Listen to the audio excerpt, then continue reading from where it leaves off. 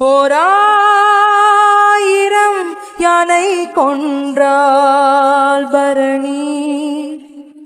ஆதலால் யுத்தம் இருக்கு கவனி. தாய் வயற்றில் தலைகீழாக உன் வழியோ இல்லை நேராக. தோள் சாய புது உறவிங்கே தூண் எல்லாம் இனி தூளாக. ஆயிரம் யானை கொன்றாள் பரணி. ஆதலால் யுத்தம் இருக்கு கவனி.